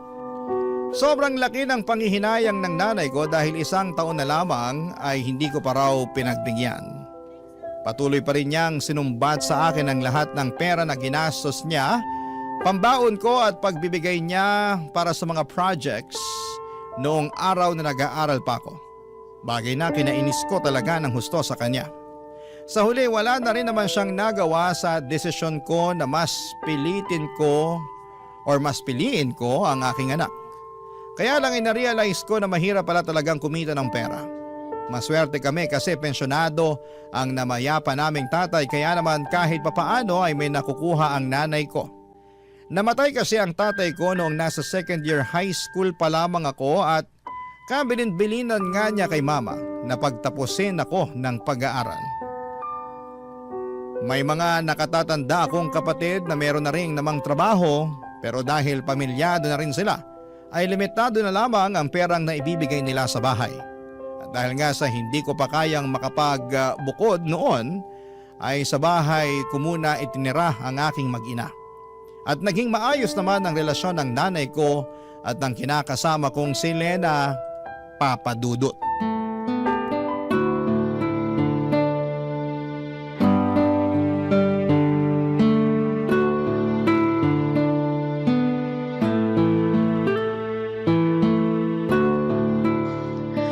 Alam mo, Lena, ito ha. Payong nanay lang. Total ako na rin naman yung tumatayong nanay mo dahil dito kayo nakatira sa bahay ko. Ano po yan, Ma? Kapag nakakalakad na yung anak mo at matibay na yung tuhod, turu-turuan mo na ng mga gawaing bahay. Hindi kasi porke lalaki, dapat masanay na walang alam sa buhay. Hindi dapat kalakihan ng apo ko na palaging umaasa sa mga babae, sa mga bagay na pwede naman nilang gawing mag-isa. Yun naman po talaga ang plano kong gawin pag lumaki na po yung anak namin ni Danilo. Napaunti-unti, tuturuan ko siya na gumawa ng mga gawaing bahay para may alam naman siya. Oo, kasi yan yung bagay na hindi ko nagawa at naturo nun kay Danilo. Biruin mo ha, 4 silang magkakapatid at si Danilo lang ang lalaki. Siyempre, dahil nga uniko iho, spoiled ng tatay, kaya pinagbawalan ako na paggawain ng mga gawaing bahay. Palibhasa, Magkalinyang pag-iisip ng mag-amang yon. Kaya nga lagi ko sinasabi kay Danilo na manang-mana siya sa tatay niya. Medyo napansin ko nga po kay Danilo na ayaw niya na gumagawa ng mga gawaing bahay. Mabilis mag-init ang ulo niya. Tapos pag ginagawa naman niya hindi pulido yung trabaho niya. Kagaya na lang pag naguhugas siya ng pinggan. Madalas masebo pa yung mga hinugasan niya kaya nag-aaway kami. Kaso ayaw din talaga patalo nung anak niyong yun eh. Mangangatwiran pa na sana raw ako na lang gumawa para di na ako magreklamo. Gawain niya talaga yan. Kaya nga puro sakit ng ulo yung daladala niya sa pamamahay na to. Lalo na nung nagsipag-asawa na yung mga ate niya. Siyempre bago kayo dumating ng apo ko sa buhay namin, kami lang dalawa magkasama. Aba hindi ko maasahan ang lintik na yan sa mga gawaing bahay. Mas inuuna pa ang magreklamo kesa tumulong sa akin. Tapos kung gagawa naman magdadabog. O kaya hindi aayusin yung ginagawa. Kaya madalas kami nag-aaway. Akala ko nga magbabago na siya ngayong tumanda na at nagkaanak.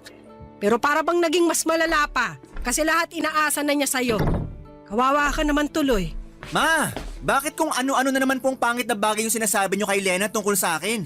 Ha? Ay hindi Wala ko sinasabing ganon. Anong wala? Dinig na dinig ko kayo, nandun pa lang ako sa may pinto.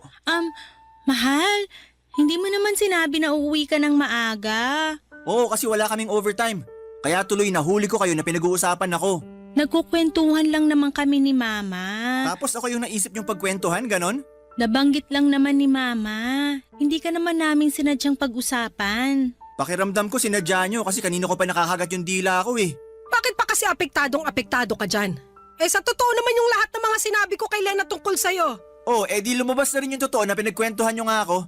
Ay, hindi lang palabas na pinagkwentuhan. Dahil sinisiraan nyo ako sa kinakasama ko. Anong sinisiraan? Hindi ganun yun, no? Hindi raw, pero kung todo kayo lait sa akin. At ikaw naman, Lena, huwag ka nga masyadong nakikinig sa nanay ko. Alam ko na close kayo, pero sige ka, magiging kamukha mo na siya. Danilo naman, nanay mo pa rin yung pinagsasalitaan mo ng ganyan. Alam ko, pero wala pa naman sa kalingkingan ng mga masasakit niyang sinabi tungkol sa akin yung sinabi ko tungkol sa kanya, di ba? Tsaka sa lagay, pag siya nagsabi ng masama tungkol sa akin ayos lang kasi nanay ko siya. Pero pag ako gumawa nun, masamang anak ako dahil nanay ko siya? Para naman yatang di patas yun. Hirap kasi sa inyo, akala nyo kung sino kayong perpekto. May mga pagkukulang din naman kayo sa sarili nyo. Papadudot masaya naman ako na magkasundo sina Mama at Lena. Kaya sila close. Pero dahil sa sobrang close nila ay nakakairita na, lalo at idinadaan na ng nanay ko sa aking kinakasama ang mga problema at reklamo niya sa akin. At sa tono pa ng pananalita niya. Akala mo kung sinong inapi, kaya lalong nakakairita. Kahit na nanay ko pa siya ay sinagot ko pa rin siya ng pabalang dahil pakiramdam ko ay napahiya ako sa mga pinagsasabi niya sa kinakasama ko. Simula noon ay tuluyan na akong nawala ng amor at respeto sa nanay ko. Kontrabida sa mga teleserye ang tingin ko sa kanya at hindi na niya pinalagpas kahit na anak niya pa ako. Madalas ay hindi na rin ako sumasabay na kumain sa isang mesa kapag nandun siya. Bagay na napansin nga ni Lena. Pero minsan lang naman mangyari yon. Lalo't maaga akong umaalis para pumasok sa trabaho at madalas ay gabi na akong umuwi. Kung hindi tulog pa ay tulog na noon ang mama ko. Isang gabi nagkaroon kami ng pagkakataon na makapagkwentuhan ni Lena at marami kaming napag-usapan na mga bagay-bagay, papadudot.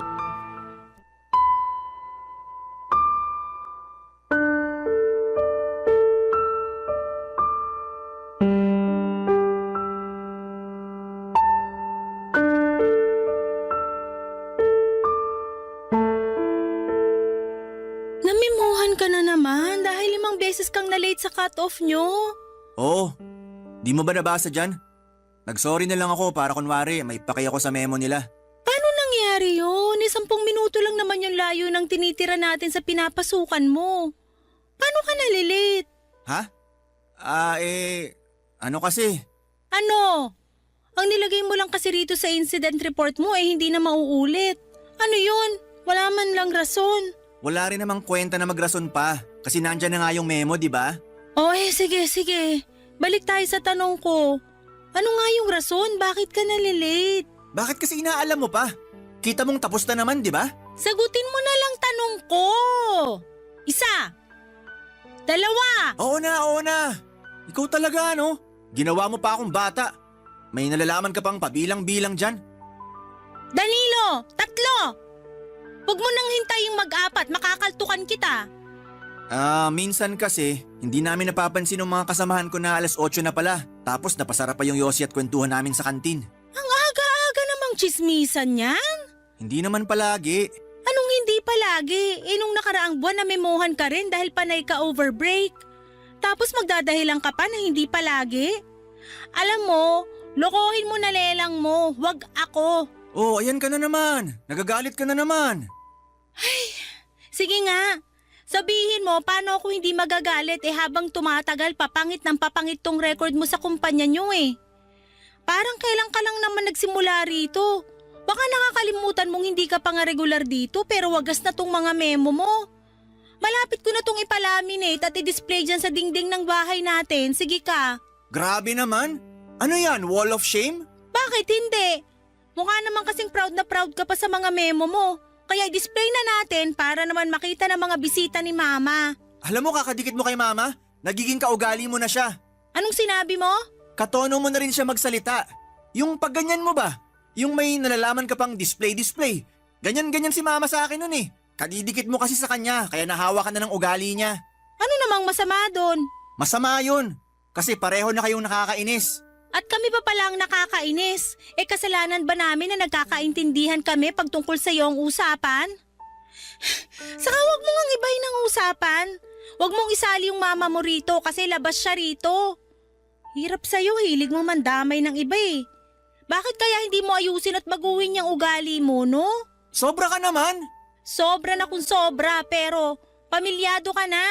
Hindi ka na binata na pwedeng magpabanjing-banjing sa trabaho mo. Di na pwede yung aalis ka kung kailan mo gusto, lalo na may anak ka nang sinusuportahan. Hindi ko naman kayo pinababayaan ah. May nabibigay ako sa yung pera tuwing sahuran. Meron nga, pero kulang. Alam mo, di naman ako magrereklamo kung sapat lang talaga eh. Pero mapapanot na lang ako sa kakabudget, hindi ko talaga mapagkasya yung sahod mo. Buti sana kung hindi ka pala hingi ng masarap na ulam. Gusto mo pa palaging nagkakarne. Palibasa wala kang alam sa presyo ng kilo nun sa palengke. Ay, magkaroon ka naman ng pangarap para sa amin ng anak mo. Paano tayo makakaipon para makabukod niyan kung ganyan ka magtrabaho? Please Danilo, ayusin mo naman. Papadudot kahit na nainis ako kay Lena dahil sa dami ng mga issue na sinabi niya sa akin hindi lang sa trabaho kundi sa nanay ko na rin, ay alam ko sa aking sarili na totoo naman ang lahat ng yon. Paiba-iba ako ng mga napapasukan at wala akong naging permanenteng trabaho dahil sa dami ng problema ko. Kadalasan po ay tungkol yon sa pakikisama at minsan kasi sobra-sobra tapos ay minsan naman ay kulang na kulang. Madali rin akong magsawa at tamarin sa isang bagay na paulit-ulit ko nang ginagawa. Kaya nga kahit na anong kagustuhan naming makapagbukod ni Lena ay alam namin na hindi pa talaga kakayanin dahil sa liit at hindi stable na kinikita ko. Tapos imbes na magsikap sa pagtatrabaho at lumakas ang aking loob para mas makapagpatuloy ay na-depress ako. Pakiramdam ko ay naparalisa ang buong katawan ko sa mga problemang binato sa akin ng kapalaran. Kaya naman hindi ako makakilos ng maayos ng mga panahong yon. Papadudot. Barangay Love Stories. Barangay Love Stories. Papadudot, hindi na nga ako produktibo sa aking ginagawa ay natanggal ako sa pinapasukan ko ng mga panahong yon. Pero inilihim ko yon kay Lena dahil baka mag-alala siya at mamroblema. Nakiusap na lamang ako sa iba kong kakilala sa dati kong mga pinasukan na bigyan ako ng racket para naman kahit papaano ay may kitain ako, pero alam ko na niloloko ko lamang ang aking sarili dahil hindi matatapatan ng mga barya-baryang kita ko ang sinesweldo ko kada kinsenas at katapusan sa dati kong pinapasukan na kalkulado ko na ang aking kikitain. Kaya naman napansin nyo ng misis ko. Kaya para mapagtakpan na natanggal ako sa trabaho at makapagbigay pa rin ng pera kay Lena nang hindi niya pinagdududahan ay nangutang na nga po ako. Alam ko naman na mapanganib yung ginawa kong yon pero ayoko lang talagang mag-away kaming dalawa. Saka hindi pwede na mawalan ako ng perang pambigay dahil nga may anak kami na sinusuportahan ko. Kaya lang ay lumobo lang ang utang na yon. At umabot na sa punto na hinahunting na ako ng mga pinagkakautangan ko. Kaya wala na rin po akong nagawa kundi ang magsabi kay Lena at tulad ng reaksyong inaasahan ko ay nagalit siya sa akin ng husto, Papa Dudut.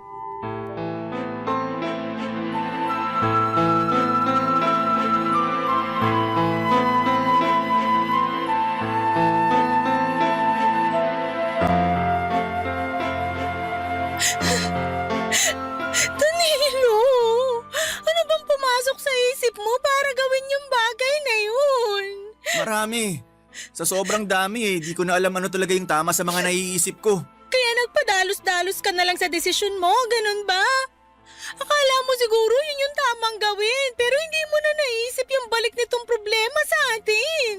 O ngayon, wala ka na nga trabaho tapos ang dami mo pang utang. Pero nagawa ko lang naman yun para hindi magkulang sa perang binibigay ko sa'yo. Baka nakakalimutan mong panereklamo mo sa akin na kakarampot lang ang sinusweldo ko. Magkaibang bagay naman yun. Kasi itong mga binibigay mo sa akin ngayon, inutang mo pala. Hindi ka ba nakikinig? Ginawa ko lang naman yun kasi nga kailangan... Nakikinig ako at naiintindihan ko ang rason mo pero kahit anong gawin ko, hindi ko pa rin matanggap na kailangan mo pang mangutang pantapal sa sweldo mo kasi nawalan ka ng trabaho. Yun yung punto ko doon, Danilo. Nawalan ka ng trabaho at hindi mo yun sinabi sa akin. Naiintindihan mo ba yung bigat ng kasalanan mo? Oo, pero... Pero ano? Sabihin mo! Natakot kasi ako sa'yo eh. Natakot ako sa kung anong pwede mong sabihin sa akin. Kung ano man ang mga sasabihin ko sa'yo, alam mo sa sarili mo na totoo lahat yon. Hindi naman kita pagsasalitaan ng masakit kung wala akong dahilan, di ba? Pero ikaw ang gumawa ng mga dahilang yon. Tapos silitanyahan mo ako ng ganyan. Kaya nga kasalanan ko talaga yung nangyari. Natakot ako na harapin yung bunga ng mga maling desisyon ko. Natakot ako na marinig sa'yo lahat ng mga pagkakamali ko. Kasi kilala ko ang sarili ko eh. Imbis na tanggapin yung mga kasalanan ko at magsikap, madali ako maapektuhan. Kaya nalulugmok agad ako. At yun din ang dahilan kaya naging desperado na ako. Sana iniisip mo man lang kami ng anak mo bago ka naging desperado. Iniisip ko naman kayo. Palagi ko kayong iniisip kaya nagawa ko yung mga bagay na yun. Maniwala ka sa akin, Lena. Mahal na mahal ko kayo ng anak natin. Ewan ko, pero malapit na talaga akong maniwala sa mama mo na hindi ka maasahan. Si mama na naman. Alam mo, namumuro na talaga sa akin yung nanay ko na yan. Bakit ka nagagalit sa kanya? Totoo naman yung mga sinabi niya. Saka kumpara sa akin mas matagal ka nang nakasama ng nanay mo kaya kabisado na niya yung ugali mo. Oo nga, pero hindi pa rin tama na sinisiraan niya ako sa'yo. Hindi ka niya sinisiraan. Ikaw ang sumisira sa sarili mo. Pwede ko naman kasing hindi paniwalaan yung mga sinasabi niya dahil araw-araw nagbabago ang tao para sa ikabubuti niya. Pero hindi mo yung magawa sa sarili mo.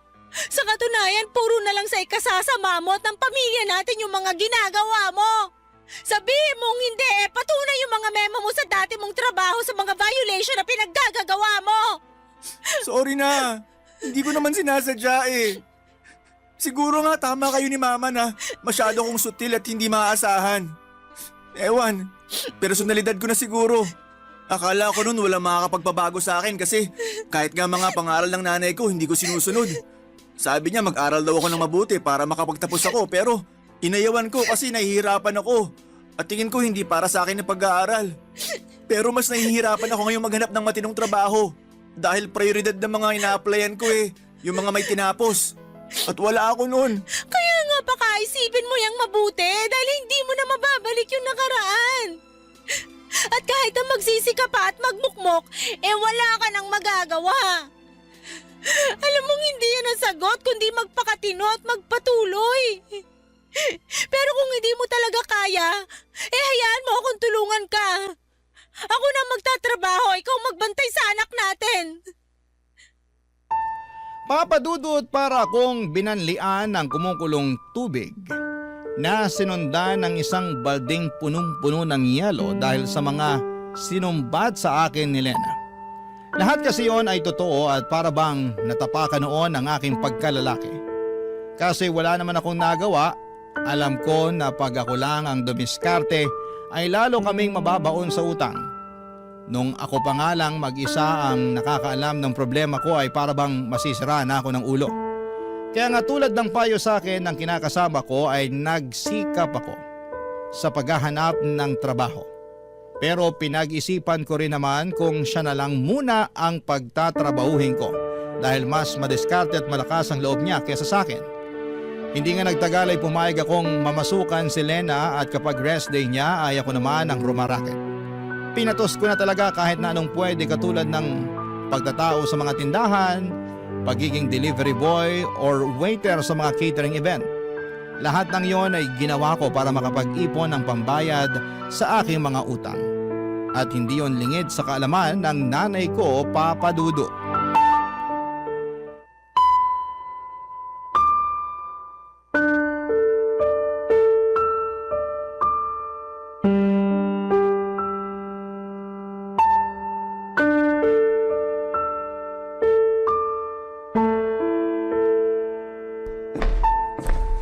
Ma, pwede ba mag-usap tayo?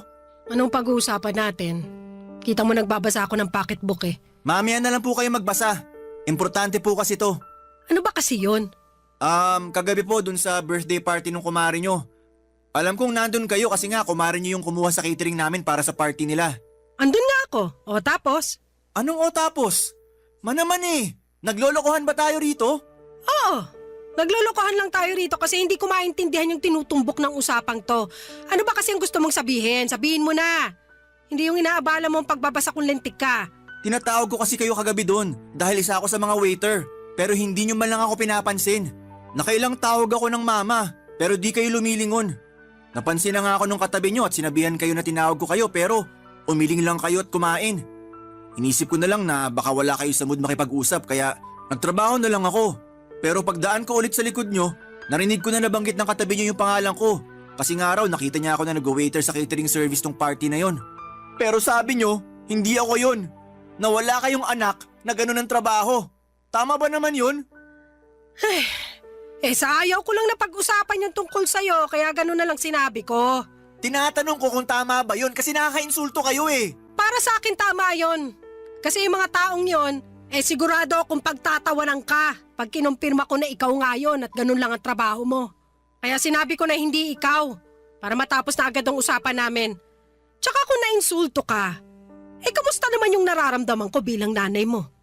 Akala mo yata hindi masakit sa akin na pagtawanan ng ibang tao yung hanap buhay mo. Kasi maliit yung kita, ganito ganyan. Lalo alam ko naman sa sarili ko na ginawa ko ang lahat para mabigyan ka ng mabuti at maayos na kinabukasan. Hirap sa inyo, inuungkat nyo na naman yung nakaraan eh. Ang problema rito yung pagtanggi nyo sa akin na anak nyo. Bakit ka nagagalit sa bagay na yon? Kasalanan ko ba?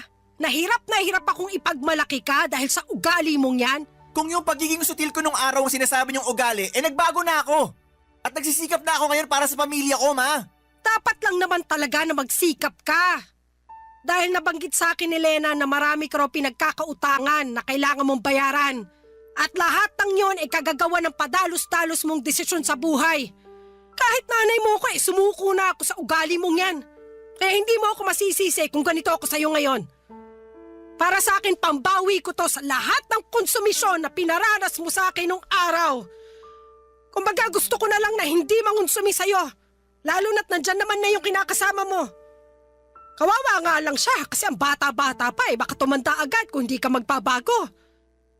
Alam mo Danilo, imbis na umiyak-iyak ka dyan o magtampo-tampo, mabuti pang gawin mo pagtuunan na lang ng atensyon ng buhay nyo. Magsumikap ka para makabayad ka sa mga utang nyo. Magpakatino ka sa pagtatrabaho para matustusan mo ang mag-ina mo. Patunayan mo sa akin na responsable ka na. Baka sakaling magbago ang tingin ko sa'yo. at maipagmalaki na kita.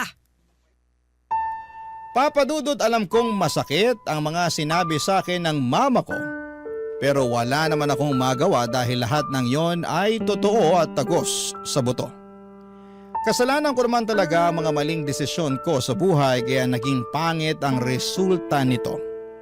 At ang masakit pa ay karamay ko pa sa mga kamalasang yon si Lena at ang aming anak. Pero ayoko nang malugmok at patuloy na kaawaan ng aking sarili sa sitwasyon na kinasasadlakan ko. Sa halip ay nagsikap ako para makabangon. Hindi nagtagal ay nakaipon naman kami ng pera ni Lena na pambayad sa mga utang ko at pinangako ko sa kanya na hindi na ako basta-basta gagawa ng desisyon na hindi siya kinukonsulta. Marami po akong natutunan sa mga karanasan ko sa buhay na dinala ko nitong tumanda na ako. At kasama na nga doon yung mga hindi pagpapasaway sa mga magulang natin. Dahil posible nila tayong bawian pagdating ng panahon. Pero hindi naman ako tuluyang kinahiya at tinakwil ng mama ko and in fact, maayos ang relasyon namin ngayon dahil pinatunayan ko sa kanya na seryoso na ako sa pagbabagong buhay para sa ikauunlad ng aking sarili. At yun naman ang pinaka-importante. Hanggang dito na lamang po ang sulat ko, Papa Dudut. Maraming salamat po sakaling mapili po ninyong i-ere sa programa ninyong Barangay Love Stories. God bless and more power sa inyong istasyon. Ang inyong forever kapuso at kabarangay, Danilo. Anong say mo sa Barangay Love Stories na ito? Pagkwentuhan natin sa comment section yan.